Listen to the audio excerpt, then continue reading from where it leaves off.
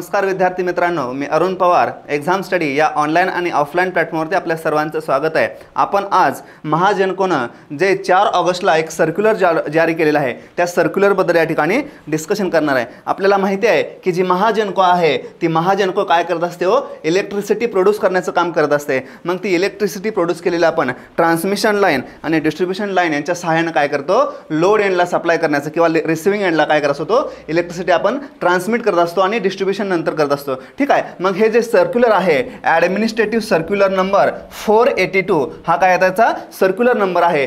कोणत्या डेटला त्याने जारी केलेला आहे, 4 ऑगस्ट 2021 या डेटला यांनी काय केलेलं आहे, हे जारी केलेलं आहे। हा जे सर्क्युलर आहे सर्क्युलरचा सब्जेक्ट काय आहे बघा, prerequisites and method of filling vacancies of various post in technical and civil cadre। म्हणजे टेक्निकल कॅडर आणि सिव्हिल कॅडर हे जे 2 कॅडर आहेत महाजनकोमध्ये, त्या 2 कॅडरमध्ये ज्या व्हॅकन्सी ते फिल करणार आहेत त्या व्हॅकन्सी फिल करण्यासाठी जो रिक्वायरमेंट आहे त्यांचा आणि त्यांची जी मेथड आहे त्या मेथड संबंधी यांनी काय केलेलं आहे, एक सर्क्युलर या ठिकाणी जारी केलेला आहे। बघा, the matter in change of prerequisites and method of filling in vacancies of various posts in technical and civil cadre was under consideration of management sometime in the past। म्हणजे याचा अर्थ काय बघा, ज्या व्हॅकन्सीज आहेत त्या व्हॅकन्सी फिल करण्यासंबंधी आणि त्या मेथड ऑफ फिलिंग व्हॅकन्सीज याच्या संबंधी त्यांच्या मॅनेजमेंटमध्ये काय होतं, पास्टमध्ये डिस्कशन चालू होतं। मग हे जे डिस्कशन आहे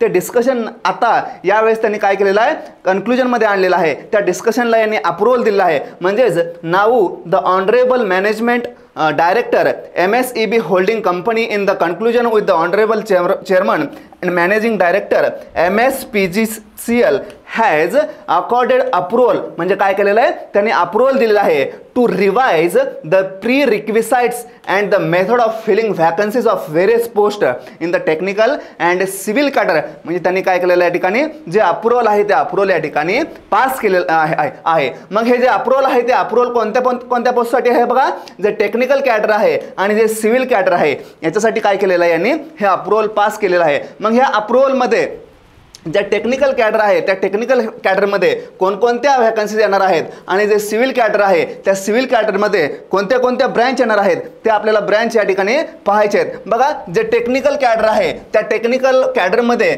ज्या ब्रँच येणार आहेत बघा, टेक्निकल कॅडर याच्यामध्ये आपल्याला मेजर कोणत्या ब्रँच येणार आहेत बघा, इलेक्ट्रिकल, त्यानंतर मेकॅनिकल अँड इन्स्ट्रुमेंटेशन या 3 ब्रँच आपल्याला या टेक्निकल कॅडरमध्ये पाहायला भेटणार आहेत। आणि जो दुसरा कॅडर आहे सिव्हिल कॅडर, या सिव्हिल कॅडरमध्ये फक्त आपल्याला सिव्हिल इंजिनियरची ब्रँच म्हणजे सिव्हिल इंजिनिअरिंग ही फक्त ब्रँच आपल्याला या ठिकाणी पाहायला भेटणार आहे। मग बघा, हे जे टेक्निकल कॅडर आहे त्या टेक्निकल कॅडरमध्ये कोणत्या पोस्ट येणार आहेत, या टेक्निकल कॅडरमधील पहिली पोस्ट आहे ज्युनियर इंजिनियर। मग ह्या ज्युनियर इंजिनियरसाठी काय क्वालिफिकेशन रिक्वायर्ड आहे आणि त्याच्या मेथड ऑफ फिलिंग कशा आहेत ते आपल्याला या ठिकाणी पाहायचं आहे। बघा, जे ज्युनियर इंजिनियरची पोस्ट आहे टेक्निकल कॅडरमधील म्हणजेच इलेक्ट्रिकल, मेकॅनिकल, इन्स्ट्रुमेंटेशन याच्यामध्ये या ब्रँचमध्ये ज्युनियर इंजिनियर पोस्ट फुलफिल करण्यासाठी जे क्वालिफिकेशन रिक्वायर्ड आहे ते क्वालिफिकेशन बघा,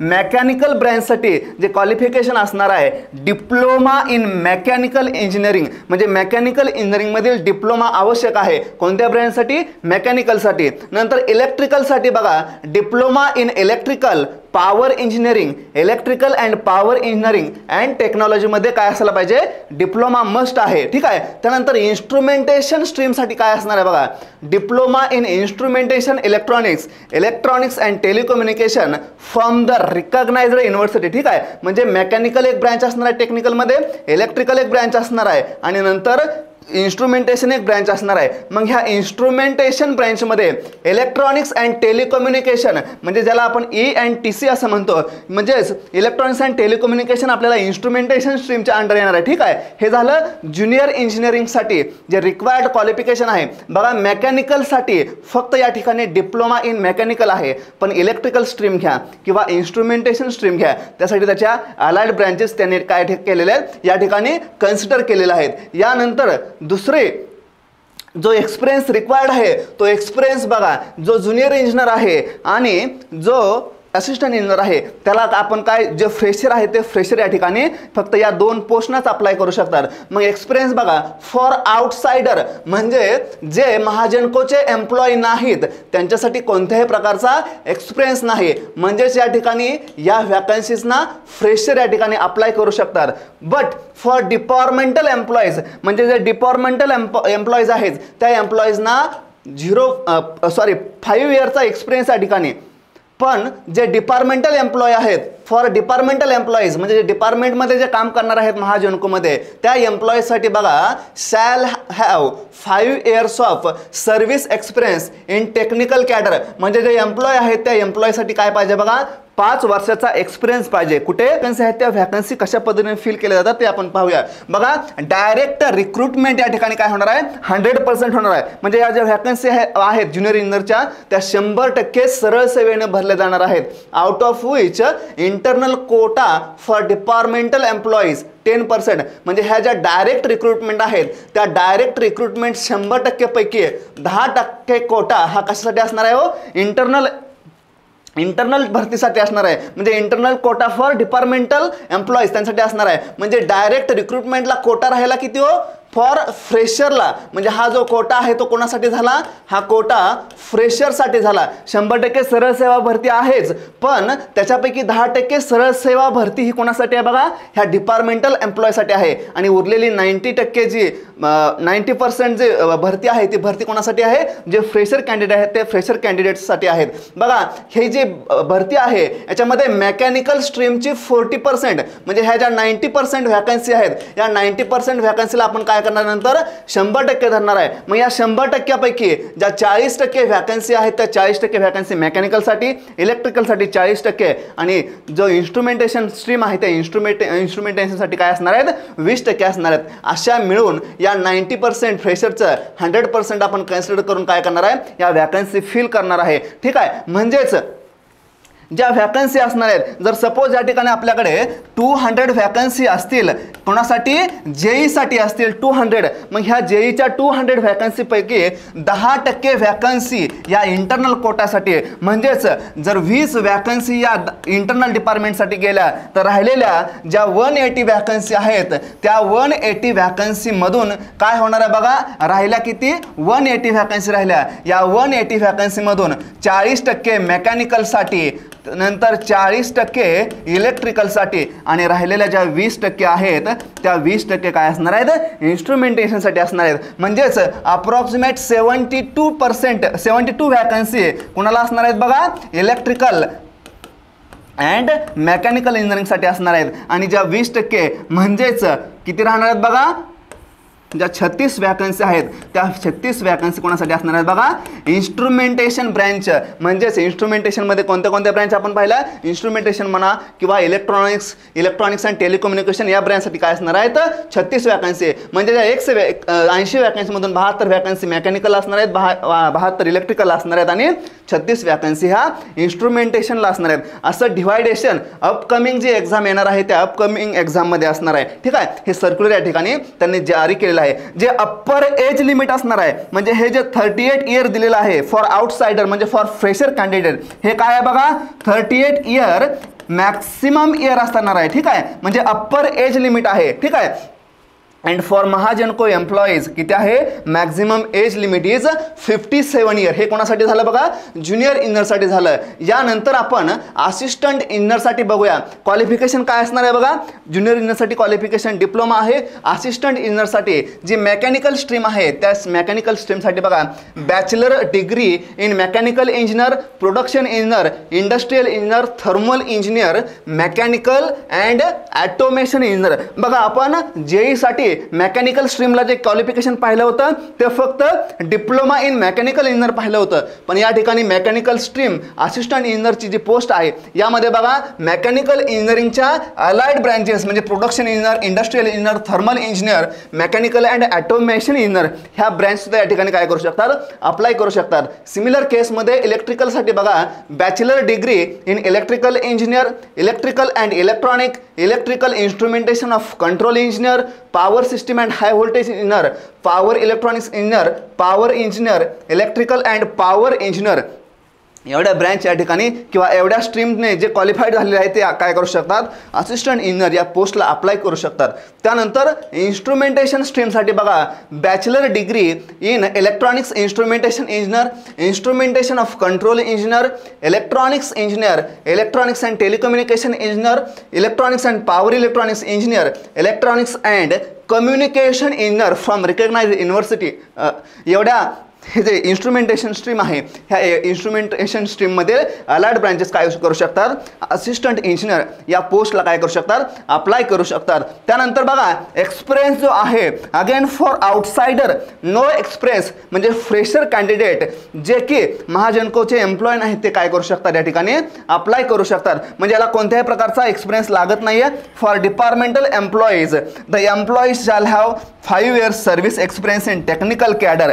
टेक्निकल कॅडर याचा अर्थ काय आहे बघा, टेक्निकल कॅडरमध्ये मेकॅनिकल, इलेक्ट्रिकल अँड इन्स्ट्रुमेंटेशन याच्या पोस्टमध्ये, याच्या अंडर ज्या पोस्ट असिस्टंट लेवलच्या खालच्या ज्या पोस्ट येणार आहेत, म्हणजेच कोणते येणार आहेत बघा, जेई म्हणा किंवा टेक्निशियन म्हणा, ह्यांचे जे क्वालिफाईड जर बॅचलर डिग्री यांनी पूर्ण केलेली असेल तर यांना काय करू शकतो आपण, या ठिकाणी या पोस्टला अप्लाय करू शकतो. ठीक आहे. यानंतर बघा पुढचं काय असणार आहे बघा, ह्यांचा जो मेथड ऑफ फिलिंग आहे, हा मेथड ऑफ फिलिंग बघा, डायरेक्ट रिक्रुटमेंट या ठिकाणी असणार आहे. किती, 75% ही डायरेक्ट रिक्रुटमेंट असणार आहे. म्हणजे सरळ सेवेने भरती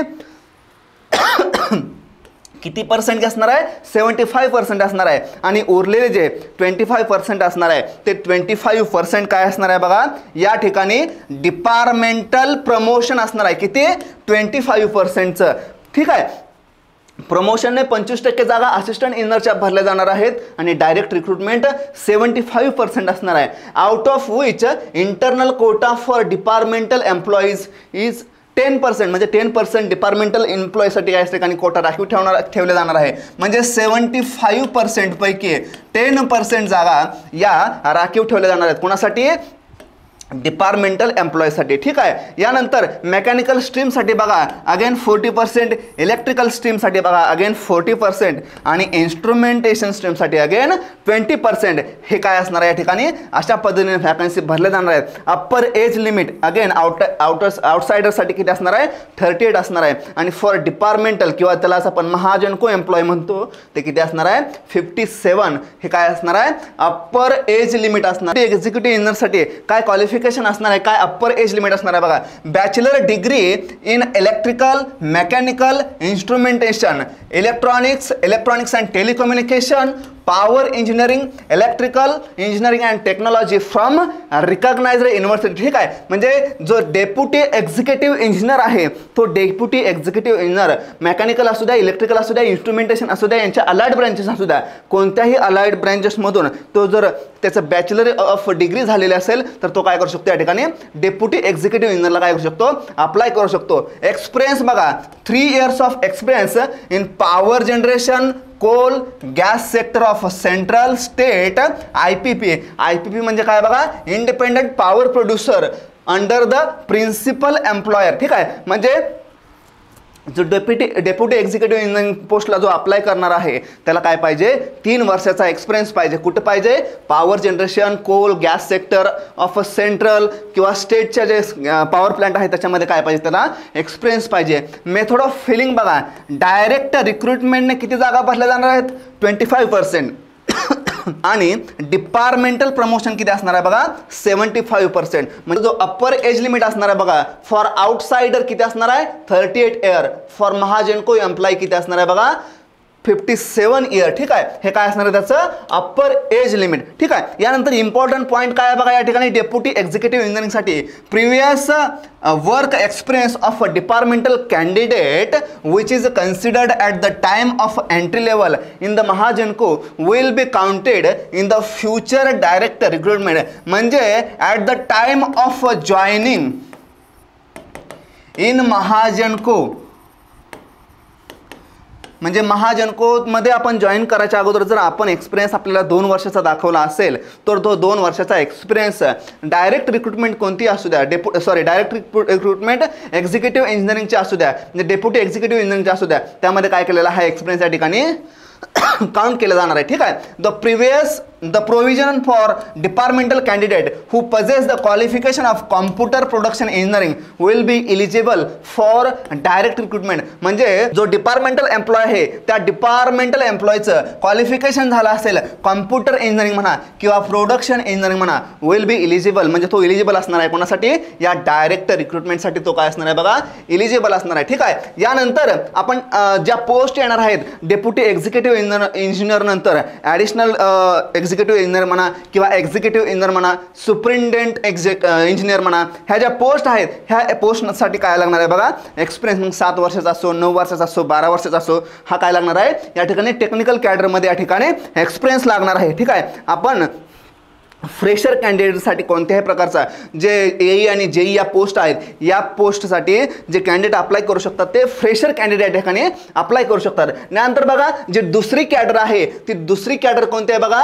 सिव्हिल कॅडर. या सिव्हिल कॅडरमध्ये बघा पहिली पोस्ट आहे ज्युनियर इंजिनियर. त्याच्यामध्ये सिव्हिल ही फक्त एकच ब्रँच येणार आहे सिव्हिल कॅडरमध्ये. टेक्निकल कॅडरमध्ये आपण मेन 3 ब्रँच पाहिल्या, इलेक्ट्रिकल, मेकॅनिकल आणि इन्स्ट्रुमेंटेशन. सिव्हिल कॅडरमध्ये फक्त एक ब्रँच येणार आहे बघा. क्वालिफिकेशन काय असणार आहे, ज्युनियर इंजिनियर या पोस्टसाठी diploma in civil engineer technology from recognised university. म्हणजे सिव्हिल इंजिनियरमध्ये काय असायला पाहिजे, त्याचा डिप्लोमा असायला पाहिजे. हे त्याचं काय झालं, क्वालिफिकेशन झालं. अगेन एक्सपिरियन्स काय असणार आहे बघा, जेईला आउटसाइडरसाठी कोणत्याही प्रकारचा एक्सपिरियन्स लागत नाही. For departmental employees the employees shall have 5 years of service experience in the civil cadre. या ठिकाणी सिव्हिल कॅडर म्हणजे सिव्हिल कॅडरमध्ये त्याला काय पाहिजे बघा, एक्सपिरियन्स पाहिजे. किती वर्षाचा, 5 वर्षाचा एक्सपिरियन्स त्याला सिव्हिल कॅडरमध्ये पाहिजे. ठीक आहे. नॉट इन टेक्निकल कॅडर, त्याला टेक्निकल कॅडरमधला एक्सपिरियन्स नसायला पाहिजे.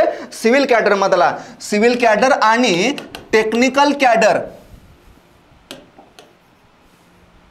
हे काय आहेत बघा, 2 वेगवेगळे कॅडर आहेत. ठीक आहे. या 2 वेगवेगळ्या कॅडरमधला वेगवेगळा एक्सपिरियन्स म्हणजे टेक्निकल कॅडरमध्ये पोस्ट असेल तर त्याला टेक्निकल कॅडरचा एक्सपिरियन्स कन्सिडर केला जातो. सिव्हिल कॅडरमधील पोस्ट असेल त्याला सिव्हिल कॅडरमधला एक्सपिरियन्स कन्सिडर केला जातो. ठीक आहे. यानंतर बघा मेथड ऑफ फिलिंग. याच्यामध्ये अगेन जी डायरेक्ट रिक्रुटमेंट आहे ती डायरेक्ट रिक्रुटमेंट 100% 100% म्हणजे ज्या जागा आहेत त्या सगळ्या जागा सरळ सेवा भरतीने घेतल्या जाणार आहेत. Out of which internal Kota for departmental employees किती असणार आहे बघा, 10% असणार आहे. मगाशी आपण एक्सप्लेन केल्याप्रमाणे जर 200 जागा असतील तर 200 जागेपैकी 10% जागा या डिपार्टमेंटल एम्प्लॉयसाठी असणार आहेत. राहिलेल्या ज्या 90% म्हणा किंवा जर 200 पैकी 20 गेला तर 180 पैकी जागा राहणार आहेत त्या जागा कशा असणार आहेत, इलेक्ट्रिकल या जागा फक्त सिव्हिल इंजिनियर. या सिव्हिल कॅडरमध्ये फक्त जे राहिलेल्या 90% जागा आहेत त्या 90% जागा डायरेक्ट रिक्रुटमेंट घेतल्या जाणार आहेत. अप्पर एज लिमिट बघा for outsider 38 years and for departmental for Mahagenco employees किती असणार आहे, 57 years. ठीक आहे. हे झालं ज्युनियर इंजिनियरच्या पोस्ट संबंधी. अगेन असिस्टंट इंजिनियर सिव्हिल याच्यासाठी काय पाहिजे बघा, degree in civil engineering technology from recognised university म्हणजे त्या ठिकाणी काय पाहिजे, बॅचलर ऑफ डिग्री त्याच्याकडे पाहिजे. Experience again for outsider no experience. For departmental employees किती पाहिजे, 5 वर्षाचा एक्सपिरियन्स पाहिजे कुठं, सिव्हिल कॅडरमध्ये. ठीक आहे. मेथड ऑफ फिलिंग बघा, रिक्रुटमेंट 75% म्हणजे जी एईची पोस्ट आहे त्या एईच्या पोस्टसाठी जे 75% ज्या रिक्रुटमेंटच्या टोटल व्हॅकन्सी जागा आहेत त्या डायरेक्ट रिक्रुटमेंट भरल्या जाणार आहेत. Out of which for departmental employees 10% जागा या डिपार्टमेंटल एम्प्लॉईज, या 75 पैकीच 10% जागा डिपार्टमेंटल एम्प्लॉईज आणि ज्या राहिलेल्या 25% आहेत त्या 25% जागा आहेत त्या 25% जागा डिपार्टमेंटल एम्प्लॉईजचं जे प्रमोशन आहे त्या प्रमोशनला राखीव ठेवले जाणार आहे. ठीक आहे. Upper age limit again for outsider 38 years and for Mahagenco employees 57 years. हे काय असणार आहे, अप्पर एज लिमिट असणार आहे म्हणजेच मॅक्झिमम एज ते असणार आहे. त्यानंतर बघा डेप्युटी एक्झिक्युटिव्ह इंजिनियर सिव्हिल या पोस्ट संबंधी जो क्वालिफिकेशन असणार आहे ते क्वालिफिकेशन काय असणार आहे बघा, degree in civil engineering technology from recognised university म्हणजे त्याच्याकडे डिग्री असली पाहिजे. Total 3 years of experience in the field of civil work, म्हणजे सिव्हिल वर्कचा त्याच्याकडे 3 वर्षाचा एक्सपिरियन्स असायला पाहिजे. बघा मेथड ऑफ फिलिंग काय आहे, direct recruitment 25% and departmental promotion किती असणार आहे 75%. म्हणजे डायरेक्ट रिक्रुटमेंटने 25% जागा भरल्या जाणार आहेत आणि प्रमोशनने 75% जागा या ठिकाणी भरल्या जाणार आहेत. ठीक आहे. बघा एज लिमिट संबंधी काय क्रायटेरिया बघा, अप्पर एज लिमिट किती असणार आहे फॉर आउटसाइडरसाठी 38 year and for Mahagenco employees 57 year हे काय असणार आहे त्याचं अप्पर एज लिमिट असणार आहे.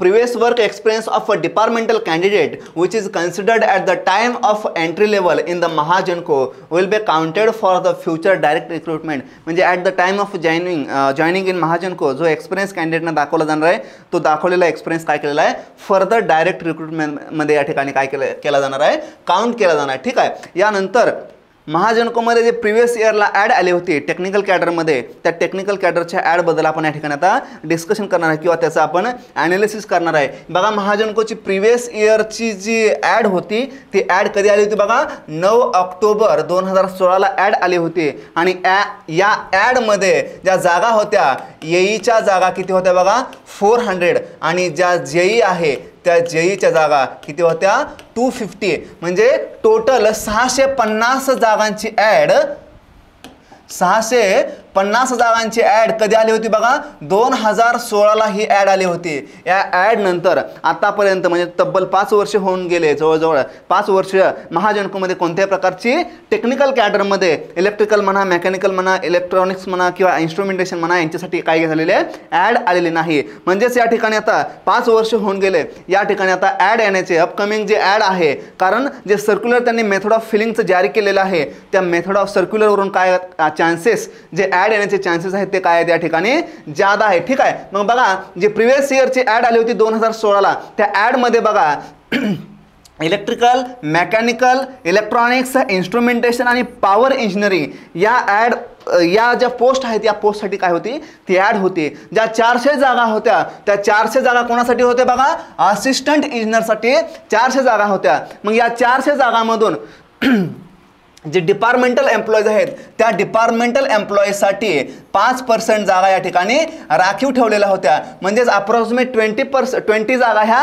डिपार्टमेंटल एम्प्लॉईजसाठी होत्या. ज्या राहिलेल्या 380 जागा होत्या त्या 380 जागांमधून इलेक्ट्रिकलसाठी 114 म्हणजे 114 इलेक्ट्रिकलसाठी, मेकॅनिकलसाठी 95, इलेक्ट्रॉनिक्ससाठी 76, इन्स्ट्रुमेंटेशनसाठी 57, पॉवर इंजिनियरसाठी 38. म्हणजेच टोटल 380 जागा या डायरेक्ट रिक्रुटमेंटने या ठिकाणी काय केल्या होत्या त्यांनी घेतल्या होत्या आणि 20 जागा या डिपार्टमेंटल एम्प्लॉईजसाठी या ठिकाणी राखीव ठेवलेल्या होत्या. ठीक आहे. त्यानंतर जो ज्युनियर इंजिनियरच्या ॲड होते त्याच्यामध्ये पोस्ट किती होत्या बघा 250 पोस्ट होत्या. या 250 पोस्टपैकी 5% जागा यांनी डिपार्टमेंटल एम्प्लॉईसाठी ठेवल्या होत्या. म्हणजेच अप्रॉक्सिमेट 13 जागा यांनी डिपार्टमेंटल एम्प्लॉईसाठी ठेवल्या होत्या आणि 13 जागा सोडून ज्या राहिलेल्या 237 जागा आहेत त्या 237 जागा फ्रेशर एम्प्लॉईसाठी ठेवल्या होत्या. त्याच्यामधून इलेक्ट्रिकलसाठी 71, मेकॅनिकलसाठी 60, इलेक्ट्रॉनिक्ससाठी 47,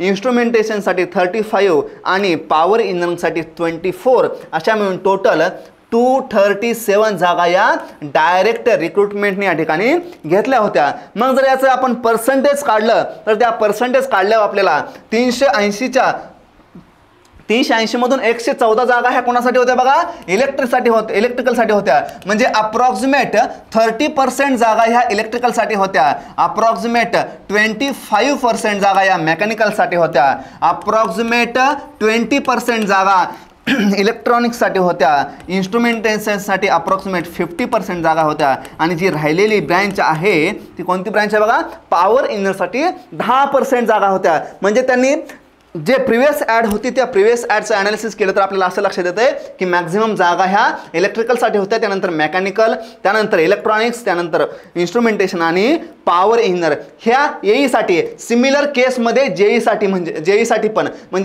पण या जागा फुलफिल करण्याचं जागा ज्या फिलअप केल्या होत्या मेथड ऑफ फिलिंग त्यांची अशाच पद्धतीनं होतं. पण हे मेथड ऑफ फिलिंग जे त्यांनी सर्क्युलर या ठिकाणी जारी केलेलं आहे सर्क्युलर नंबर 482 जे की आता आपण पाहिलं. मग ह्या 482 सर्क्युलरमध्ये काय आहे बघा या ठिकाणी इलेक्ट्रिकलसाठी 40% या ठिकाणी जागा त्यांनी जे आपण सर्क्युलर आत्ताचं किंवा जे आपण पाहिलं जे अपकमिंग एक्झाम येणार आहे त्या अपकमिंग अपकमिंग एक्झाममध्ये त्यांनी इलेक्ट्रिकलच्या जागा कशा बसणार आहेत बघा, 40% जागा या इलेक्ट्रिकलसाठी त्यांनी काय केलेल्या आहेत, रिझर्व केलेल्या आहेत. मेकॅनिकलसाठी पण 40% जागा आणि हे जे इन्स्ट्रुमेंटेशन आहे त्या इन्स्ट्रुमेंटेशनसाठी 20% जागा या ठिकाणी राखीव ठेवलेल्या आहेत. मग हे जे इलेक्ट्रॉनिक्स आहे, जे पॉवर इंजिनियर आहे, हे काय आहेत, इन्स्ट्रुमेंटेशनमध्ये अलाइड ब्रँचेस आहेत. म्हणजेच या ठिकाणी इलेक्ट्रिकलसाठी 40% जे अपकमिंगमध्ये येणार आहेत, त्या प्रिव्हियस इयर ज्या एक्झाम होत होत्या, जे 2016ला जी ॲड आली होती, त्या ॲडमध्ये किती होत्या बघा, इलेक्ट्रिकलसाठी 30% होत्या आणि मेकॅनिकलसाठी किती होत्या,